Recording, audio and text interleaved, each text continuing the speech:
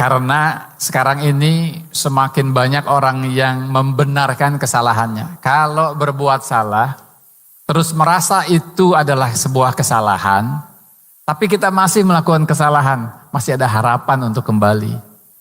Karena kita menganggap itu salah. Tetapi kalau berbuat kesalahan dengan asumsi bahwa itu benar, oh ini yang bahaya. Nah inilah yang dilakukan banyak orang muslim terutama hari ini. Kita tahu itu salah tapi kita mencari pembenaran terhadap kesalahan kita. Meluluhkan bumi maksudnya menganggap bumi apa-apa yang ada di dunia ini kecil, mengecilkan ya. Kenapa? Karena sumber dari kesalahan-kesalahan kita salah satu hal terbesarnya adalah menganggap apa-apa yang ada di dunia ini besar, sangat penting, harus mengorbankan semua hal dunia akhirat kita bahkan demi untuk bisa mendapatkan dunia. Ada orang yang untuk mendapatkan makan saja harus menjual dirinya.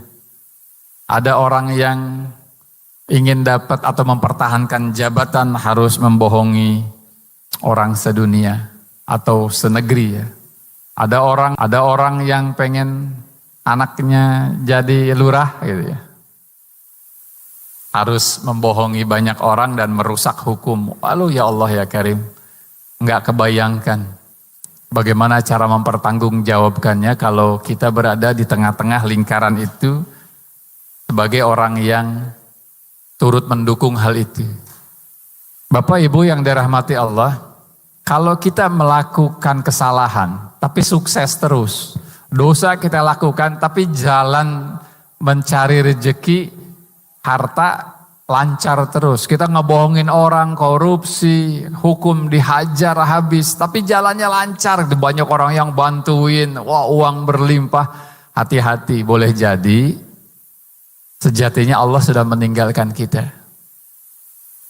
Karena itu disebut dengan istidraj. Istidraj itu justru lebih berbahaya dibandingkan Allah langsung menghukum kita. Kalau Allah menghukum kita, menegur kita, alhamdulillah Allah masih sayang sama kita.